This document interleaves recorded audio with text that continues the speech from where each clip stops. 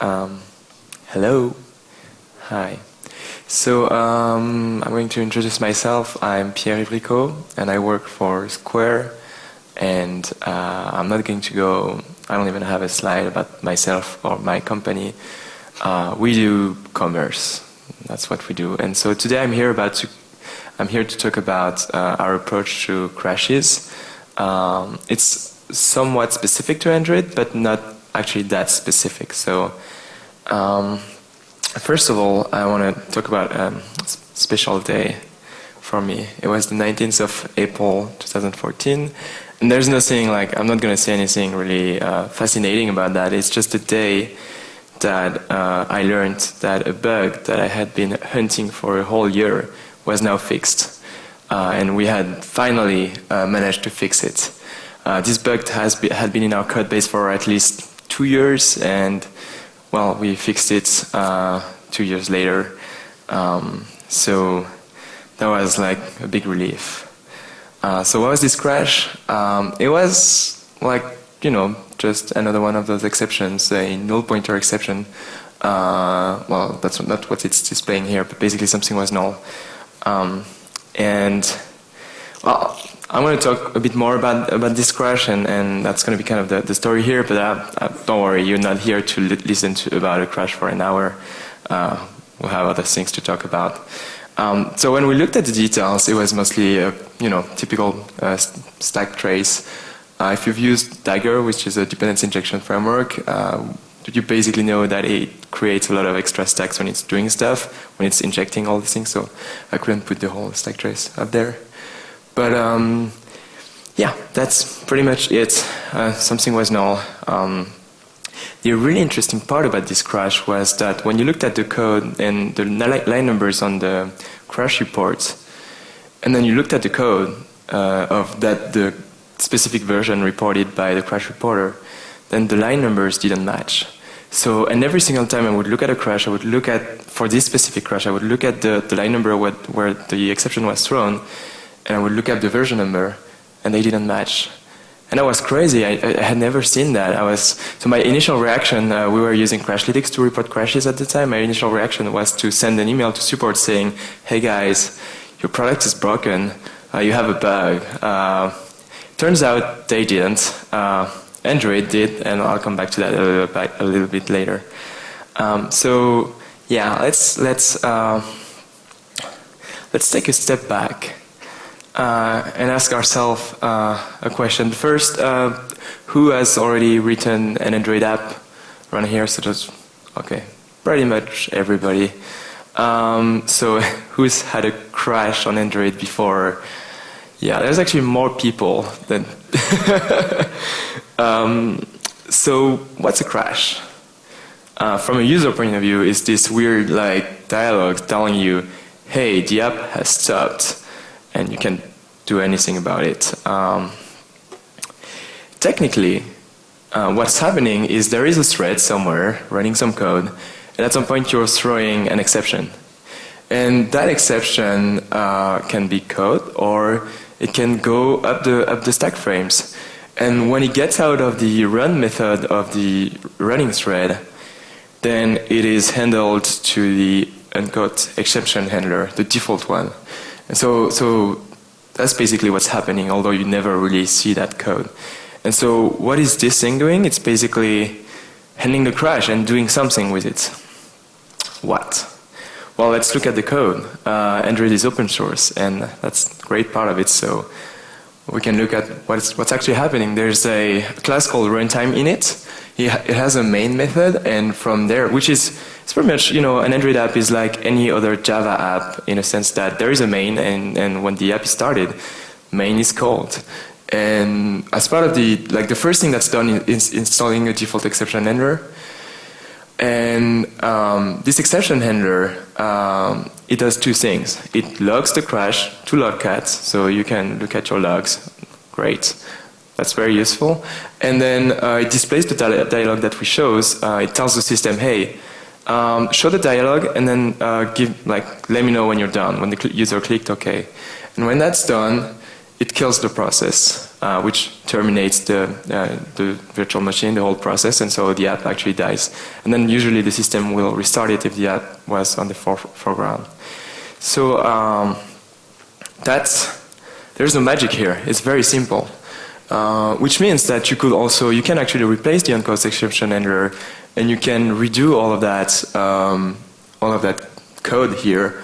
Or you could even not kill the process and let it go, which is what. So at DrainCode London this year, I wasn't there, but I saw a slide. Well, actually, Jake Warren showed me slides from someone, and I don't want to call out anyone, so I'm not going to put any name out here. But there was a slide like this saying, "Oh, you can replace the unclosed exception handler with this kind of thing that is basically able to swallow." Crashes. So the app crashes and actually doesn't crash, and you continue, and don't do that. Don't do that. Please never ever do that. The reason you're having a crash is because there's a bug in your code and something crazy is happening. Why would you start, I don't know, the world is collapsing and you're like, no, that's fine, I'm gonna have a glass of wine and keep doing what I'm doing. No, just run. I don't know. Anyway, let's move on. So, why do we care about crashes? Maybe we don't. But then, try ignoring crashes. You'll release an app, and then you'll start getting bad reviews. That's like the first thing you get. People won't say, oh, you have a nice design, or it's very useful. They'll tell you, the app crashes, that's a piece of, and people can be nice in the user reviews, and even if they don't post that, you can actually, if you look at the numbers, a crash impacts user retention. So people will leave your app, and engagement, they will use it less basically because it crashes too much. And there's really a correlation between a crash and the user activity for some period of time after that crash. So how do we know that there are crashes happening in our apps? Maybe our app is perfect and we don't need to know because we know there's nothing, because we're good developers. Until you get bad reviews, and then you start wondering, maybe I missed something. So there is the other approach, which is while you're in development, you're trying to look at crashes and then you fix them. And then you release the app and forget about it. So that's pretty much a mix between a wasteland and still the ideal world. Or you can use the Play Store. So on Android, the Play Store Android automatically reports crashes to the Play Store. The problem is that it asks for user permission before doing so. So the user sees a dialog saying, "Hey, do you want to send a crash report?" And users, they're like 1 out of 10. Like maybe if it's a developer, it's going to be nice and going to be, okay, here's the crash information. But most of the time, this crash information does not actually map reality. Reality is this. Especially the first time you actually start looking into these things, you freak out because you have so many crashes. So the solution is to always send the crash information whatsoever, but anonymize it so that because the reason the Play Store is asking for permission is because they don't want to send user data without the user agreeing to it. But if you're doing it yourself, it's your job to determine what is user data that shouldn't be shared with you and what is useful data. So that's pretty much what you do when you write your own handler. You store the crash information to the disk, you kill the process as usual, and you do the dialog thing too. And you do that actually by delegating to the default Android exception handler. That's great. The other thing you do is usually you would send when the app restarts, that's when you send the crash information. That's fantastic, but you want to do this kind of thing, but you don't want to actually write that code. It's not your job. Writing the client part would be easy. That's probably like a few hours of work. And then you're sending crashes to the server. And then what? How do you have a global view on everything that's happening? Unless you're writing a crash, you're creating a crash reporting company, then I don't think you should spend any time on that because other people are doing it, and there are several competitors, and it's not perfect, but it's definitely better than what you want to spend time on. So this one is like the crash I was talking about on Crashlytics. So it has a ton of information, although here it doesn't have that much, but it's super useful. Yeah, so another one, so I just talked about Crashlytics, which is one of those tools. There's another one, which is Bugsnag. We stopped using Crashlytics a few months ago and started using Bugsnag for several reasons. And I don't want to start, like say, you should use this one or you should use that one. But that's what we're using right now. Another one is the open source project Acra. So this time, it provides the client library, and the server library is you basically download the code and host it yourself. And I haven't checked it recently, but it was pretty nice last time I looked at that. So let's say we install those libraries. We have a nice Crashlytics or Bugsnag or Acra account. What do? We discover that there are crashes, so we want to fix all the crashes. And it sounds like a great idea until you look at the numbers. Oh, I guess I have 200,000 crashes and 13K. So that's the number of crashes is the number of time it crashed, and the number of the left is the number of different stack traces. So you're looking at that and you're thinking, should I fix 13,000 different bugs? I guess the same kind of, no, I don't want to do that. The solution is easy. You obviously know it. You try to evaluate the impacts, and then you prioritize. And how do you prioritize? There are many ways. Usually, the easy way is the number of instances of the crash. But you have to relate that to the number of users it impacts. And we've seen sometimes crashes with one user crashing like 400 times. And you're thinking about this guy, this poor guy, he really wants to use your app. He keeps trying again and again and again, and it keeps crashing. But sadly for him, you have more important crashes to fix. So really, it's a question of ratio. It's like the raw number, the number of users impacted. But you might want to also do some more qualitative analysis on where exactly the crashes are happening. So Square is, we're doing commerce, and Square Register is our register application. So you have a payment flow where people, they pay with their card and all that. This is key, and this is very important because if it crashes, the merchant may lose a sale. But we also have screens with like settings or like some boring screens that really, if it crashes, it's bad, but they're not losing money. So that's how we prioritize these things. If money is involved, it's super important. Another thing that is kind of interesting, I've heard that several times. You're looking at crashes with people, and so you're like, oh, and this one, should we look at it? What do you think? And sometimes you see a stack trace, and at every layer in the stack, there is no package from you. There's it's only foreign code. It's Android code, it's some library code, it's Samsung code that nobody's ever seen, or and the reaction, the natural reaction is, this is not my problem, this is not my bug, I'm not gonna fix Android. So yeah, not my code, I don't care. Yeah, maybe. But think about your users. They're using the app. They don't care if it's Android or if it's Samsung or if it's I don't know. They don't care. They just say the app crashed. My experience is bad. The great thing, again, Android is open source, so you can look at the source. Maybe there is an Android bug, and you can report it and fix it. That's unlikely. It's more likely that you're using the API wrong, or some other kind of these categories of bugs where you try to do something and you gave the wrong parameters and it crashed later. It's probably your fault. So it's always worth looking into that. And even if it's not your fault, it's important to try to make your user's life better. Talking about custom ROMs, It's pretty much the same thing. And when I say custom ROMs, yeah, you're looking at the text trace and you're like, wait, I've never seen that code. You know, Android is open source, cool.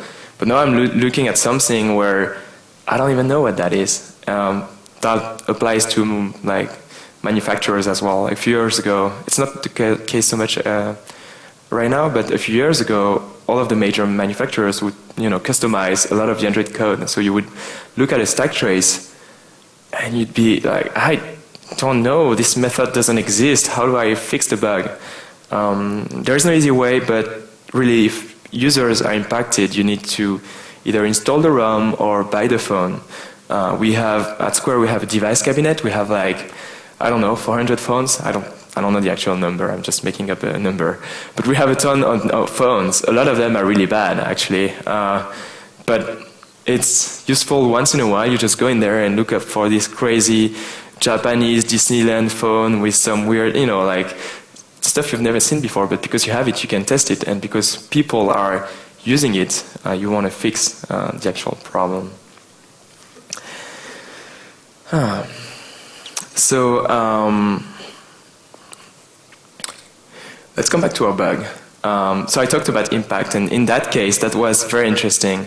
When we released a new version, we would immediately, right after releasing, the next day, we would look at the numbers. So what crashes are happening on this new version?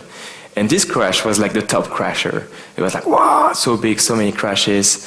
So we were impressed. But then we would wait a couple of days, and the crash would then be a top crasher. Like the number would, so when we would put a new release, we would see a lot of this crash, and then a few days after, you would still have some instances, but it would slow down a lot. That's really strange.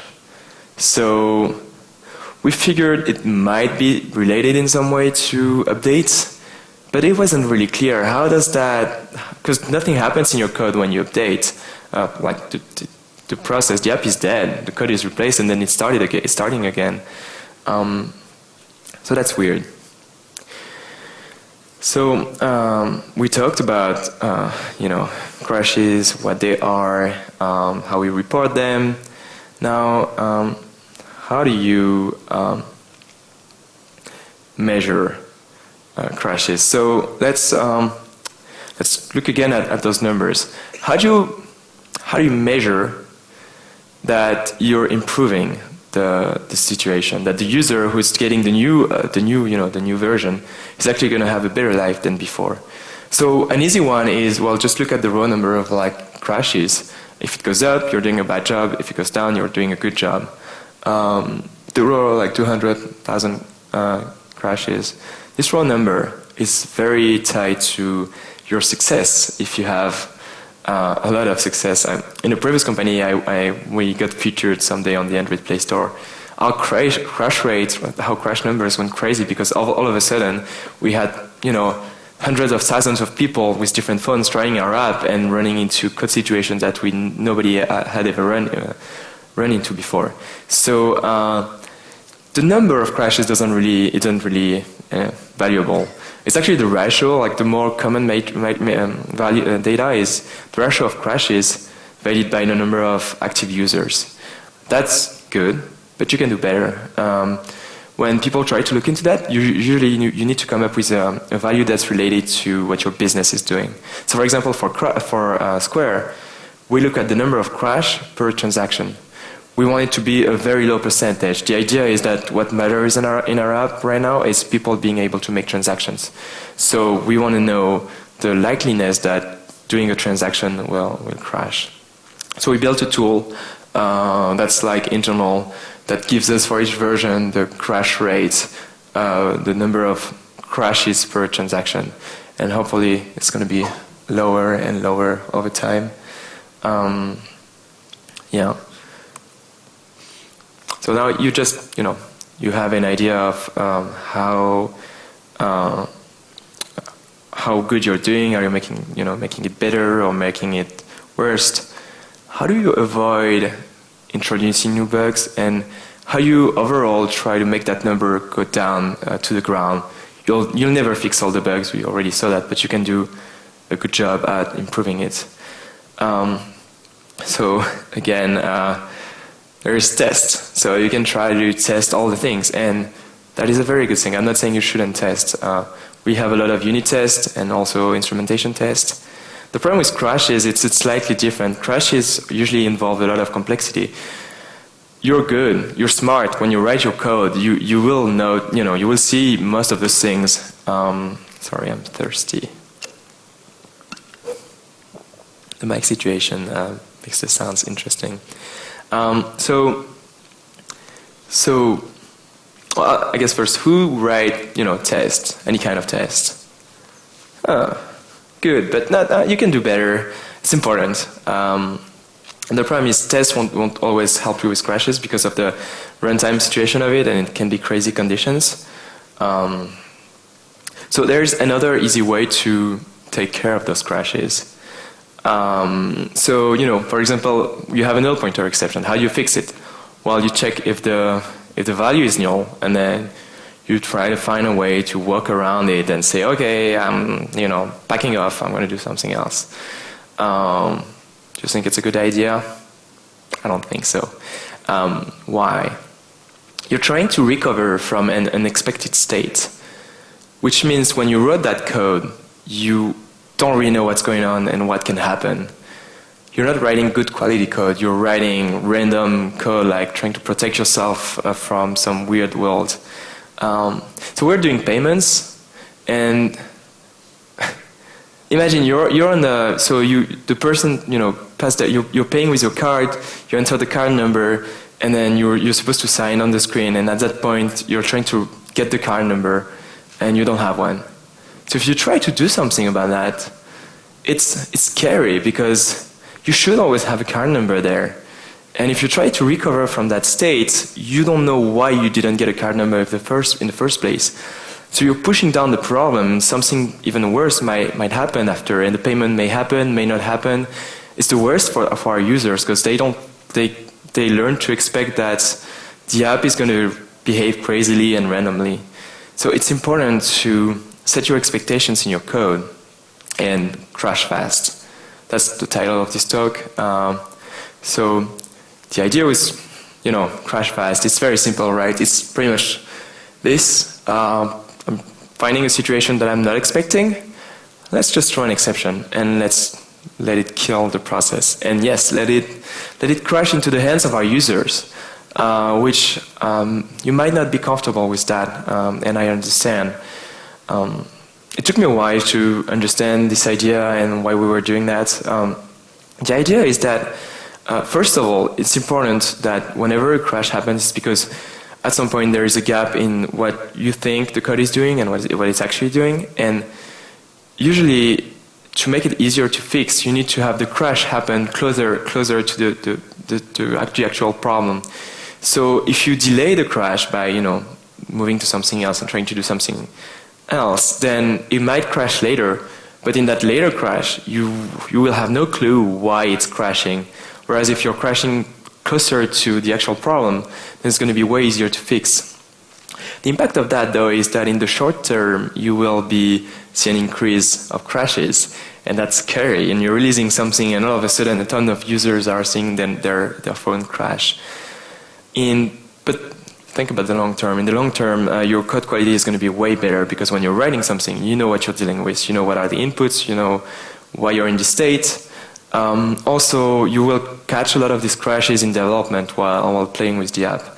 And overall, in the long term, it's going to mean less crashes and a better user experience. Also, it's really nice when you're in a code base. I mean, you've all seen that. You have two situations. One is I'm in a code base. I have no idea what's going on. Like maybe this is null. Maybe I'm calling get something, and maybe it's null again. And you're like checking for all the nulls. That's scary. You're not, you don't feel comfortable writing that code. It's so much easier to just know there's something or there's nothing. So the other thing is, as soon as you start doing these things, it's also very important to do progressive rollouts, even if you don't do these things, because progressive rollout is the idea that you deliver a new version of the app to a low number of users, and then you progressively increase that percentage. It's very nice. We do that for like 5%, and we look at the top 10 crashers, and we see if we can fix them, and then we do a dot release with just the fixes, and we increase the percentage. And that way, if there's like some, because we write so much assertions and we're very strong about how to, about what we expect in our code and we crash really fast, if there's anything major that we missed, at least, well, I guess 5% of the users might get into that situation. But we'll see it very fast and we'll look at that very closely. We have like alerts sending emails saying, hey, something bad is happening. Let's look into that. So another thing that's really interesting is, so now we know what's going on. We have, we're measuring how good we're doing. We're trying to work on doing fast crash. So now we have a crash. What can we do to make it easy to fix all of those crashes? Sometimes I wonder, like one of the things we don't do that, but sometimes I'm thinking we should have, when we interview people, we should ask them to fix crashes. Because to me, that's something that shows an ability to handle a great deal of complexity. You're dealing with, that's the basis of, computer science. You're having a hypothesis, and you test your hypothesis, and then you eliminate, and you try to do more, etc., etc.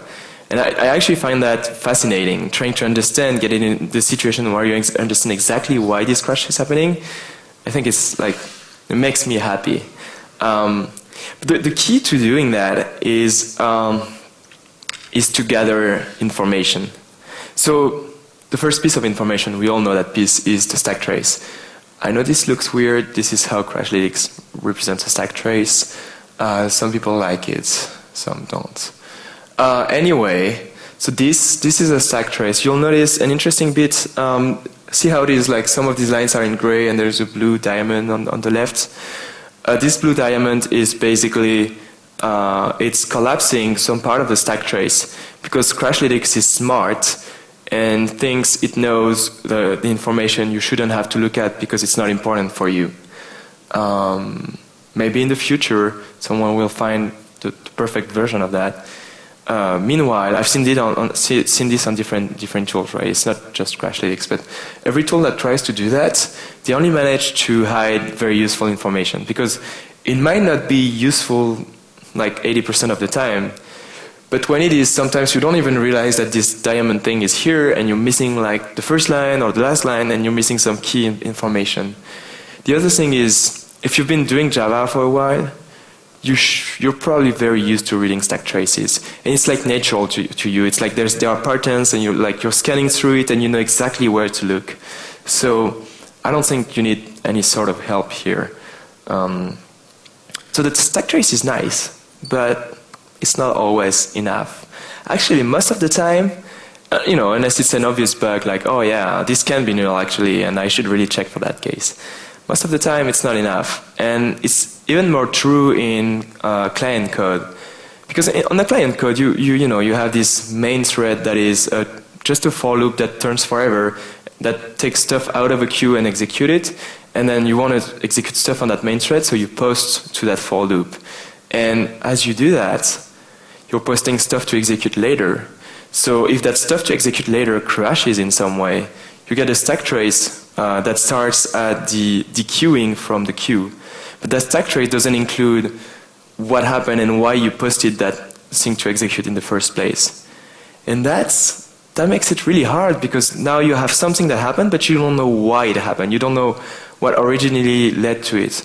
On the server side, when you're handling HTTP requests, for example, it's much easier usually. Well, if you're in a single thread, request handling thing where you don't try to do asynchronous stuff. But if you're in a synchronous model, it's very easy because you see the request coming through and you're going through every stage. So it's very easy to understand the path. So the key to fixing a crash, and you obviously know that, it's being able to reproduce it. How do we reproduce a crash? You're looking at a stack trace, just code. How do I even reproduce that? The first thing is obviously to reproduce, you need information. So device details, that's pretty obvious, but you want to know everything about the phone on which it crashed. This is also, again, very useful for identifying patterns. If you have 10,000 instances of a crash, you're not going to look at every single one of them. But if you have something that tells you, well, it happens on Android 2 and Android 2.3, doesn't happen on this version, or it only happens in landscape, this crazy configuration, then you know you have something to work on.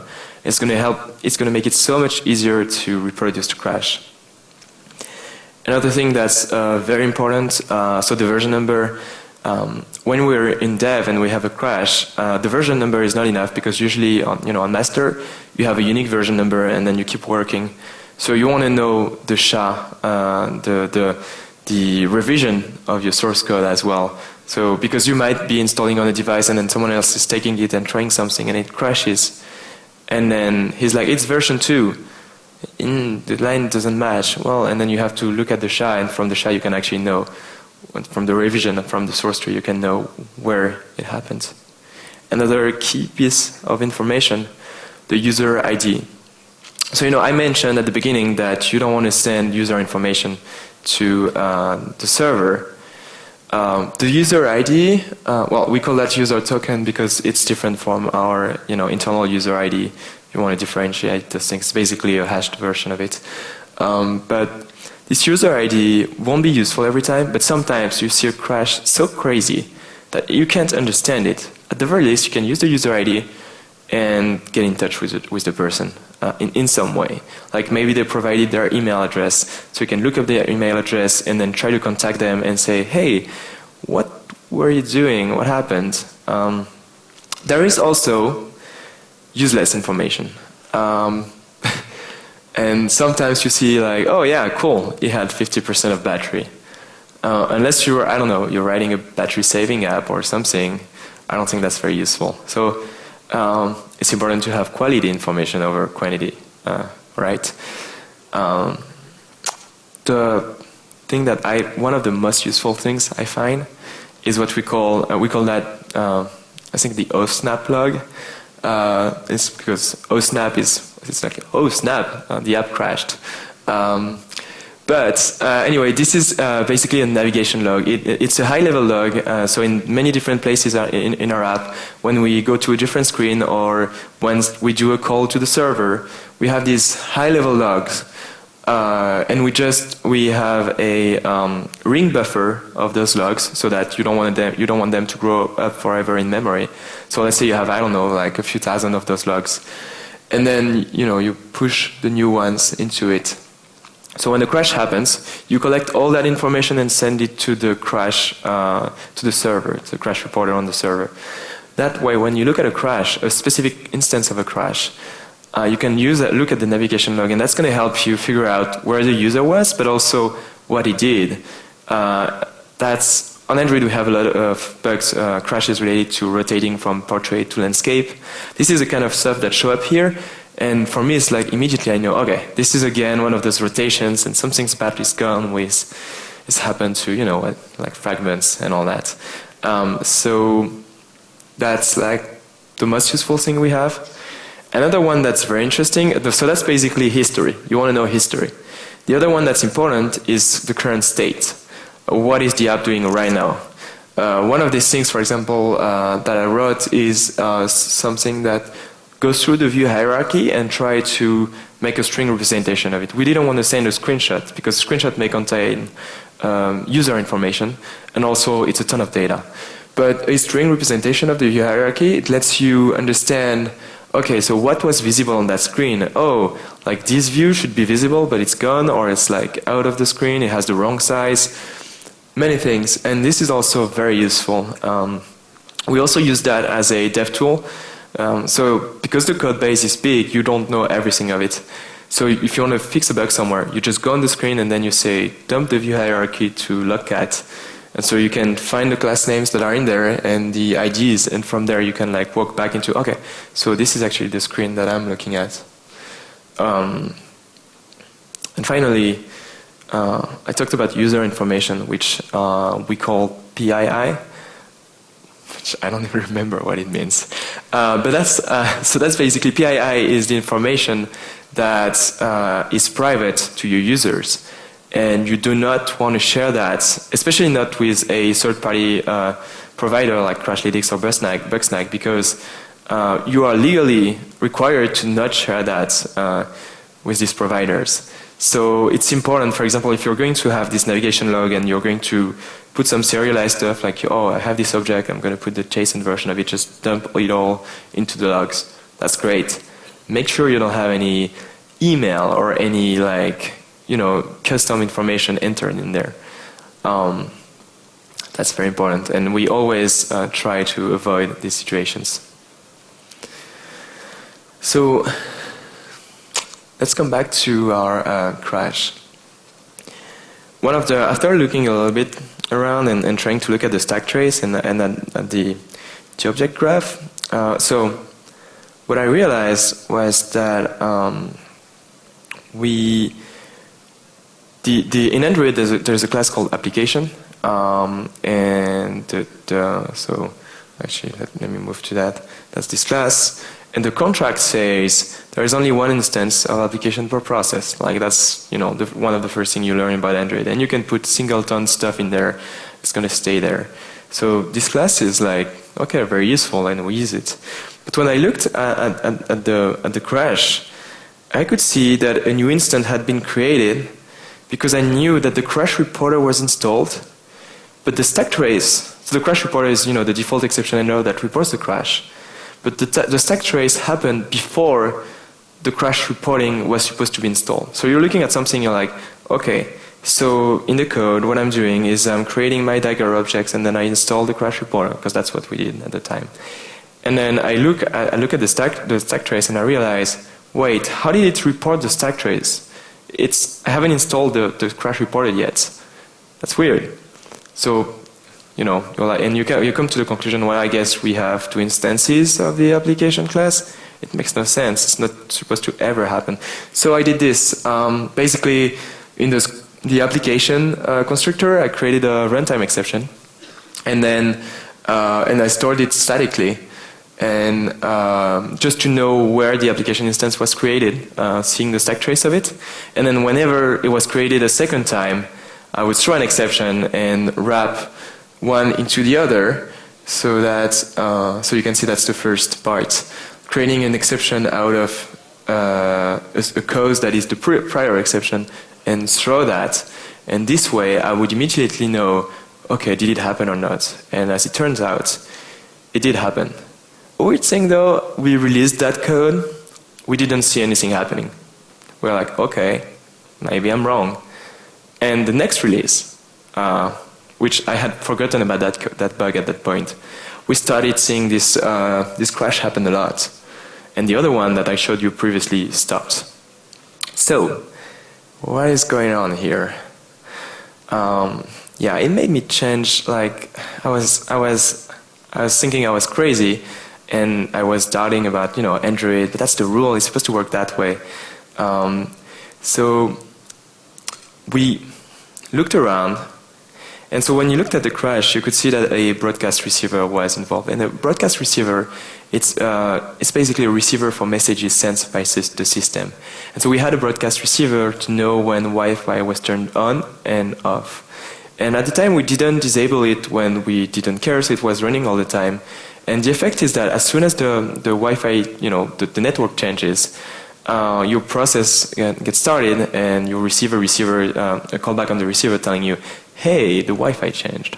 So all of the crashes were related to a receiver, one or another, always systematically. So that was an interesting one, especially given that when you look at the contract, there is a contract in the documentation that basically says a receiver will always handle the message, and it's given 10 seconds by the system to do that. And the system will not kill the process, even under memory pressure, until the receiver is done handling the message.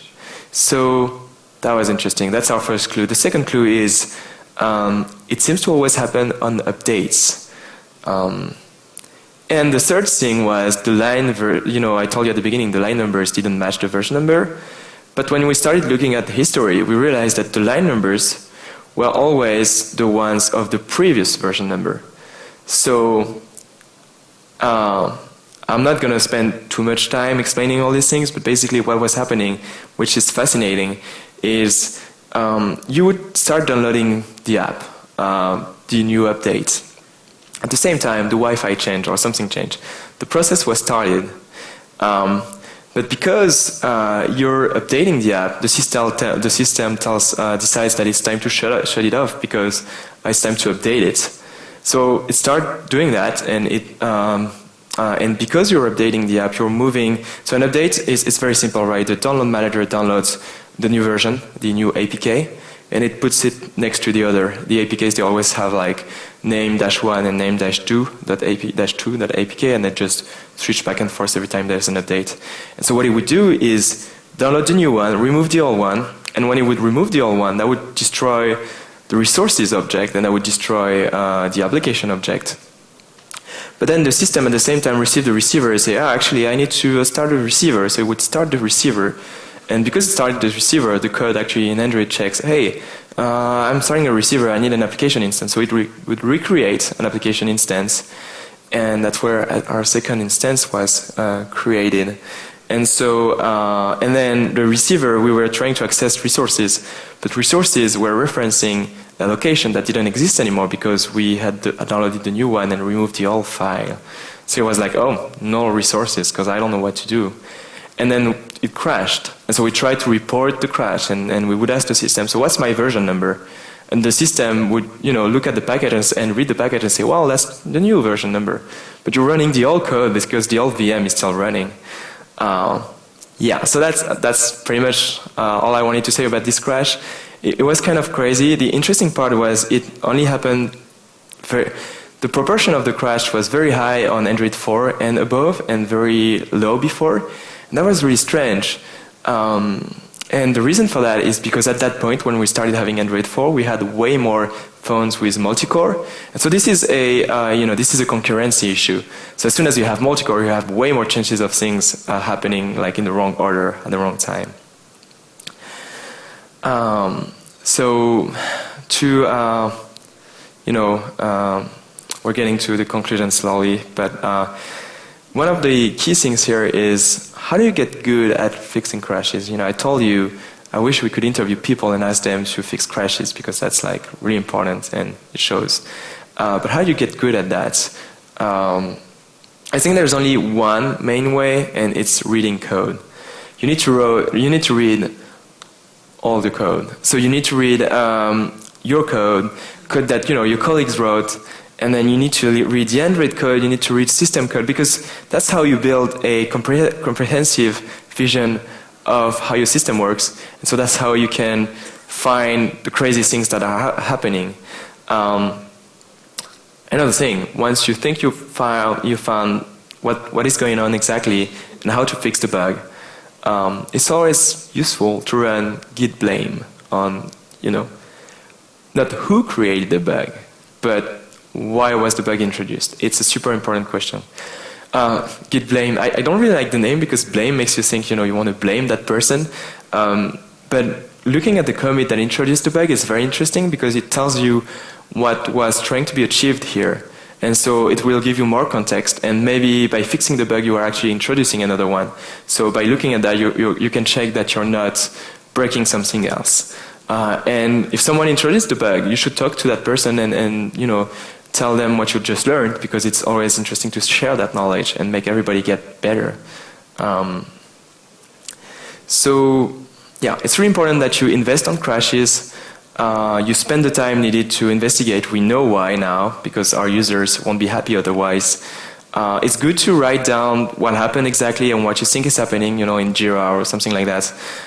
It's good for history, and also then you can make a talk about it at Devox. So you can use that. And it's important to build dev tools. We've built like a ton of dev tools for our bugs. One of them is when we're in a dev build, whenever it crashes, we have a notification that provides us a way to send an email with all of this information. We also log that to Logcat. And so the idea here's like that email, part of the content. So we provide all the information we've seen before. But the email is actually sent to an automated Jira email that automatically creates a nice Jira, and we pre-formatted the thing so that it looks, great. And we attach a ton of information. We even include a screenshot for that.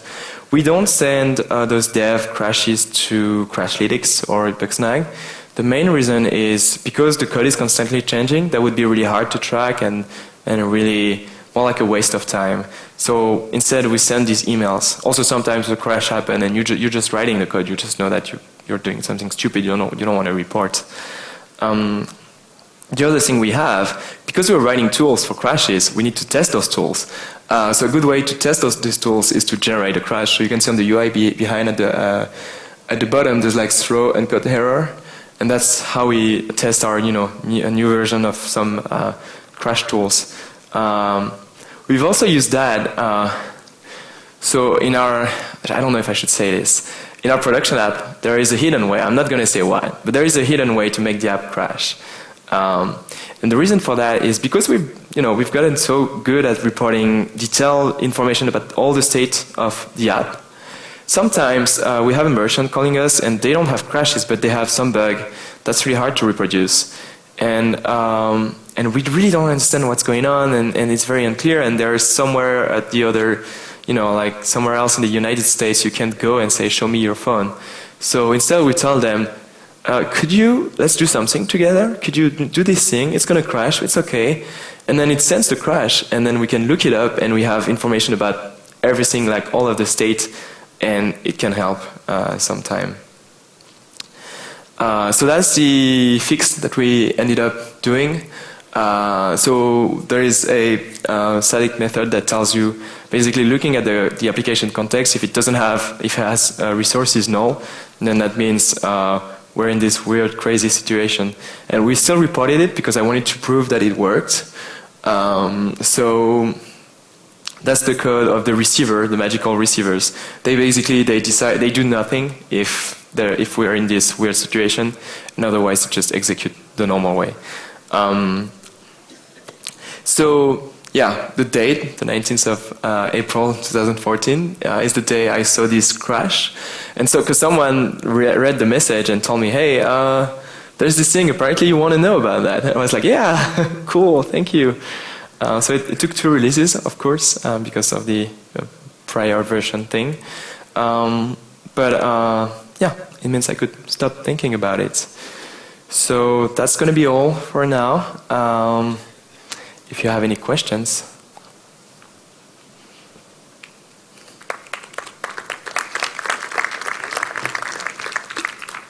The view hierarchy information, where do you pass that? So the view hierarchy information, where do I pass that?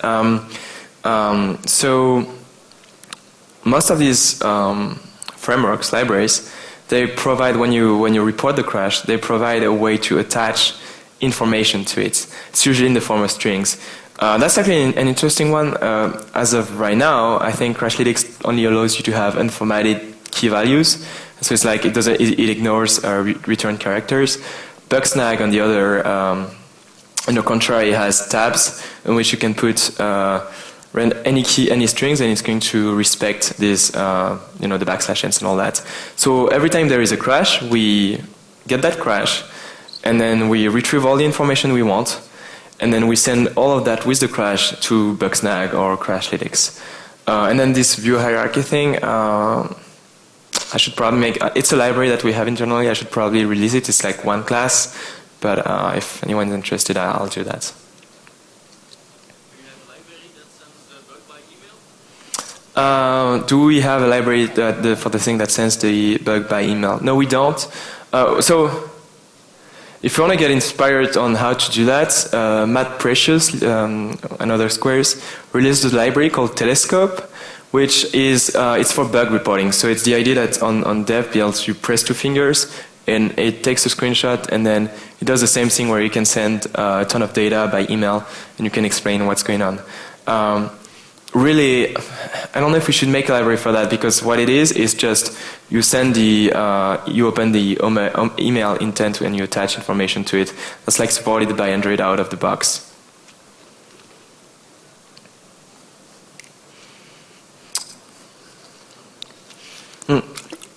we have plenty of time. You can also leave if you want. We have like 10 minutes. So, yes? You're no longer using Crashlytics? What's the reason? Okay, so why did we stop using Crashlytics? I think Crashlytics is a good solution, but I think it's a good solution that's targeting small startups, or let's say more junior developers, or when you don't have the time to think about all that. Because what they provide is stuff that just works out of the box, but as soon as you want to customize what you want to do, it becomes really hard. And when you try to get them to prioritize all of those tiny changes, I mean, we even said, you should open source your stuff and I'll just do the changes that I want. But, you know, we didn't get on the same page on that. So we moved to other things. Yeah.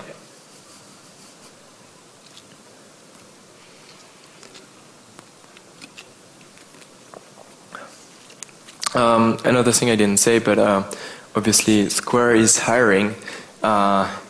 You should definitely apply if you're interested. Okay, well, thank you, and have a great rest of the Vox.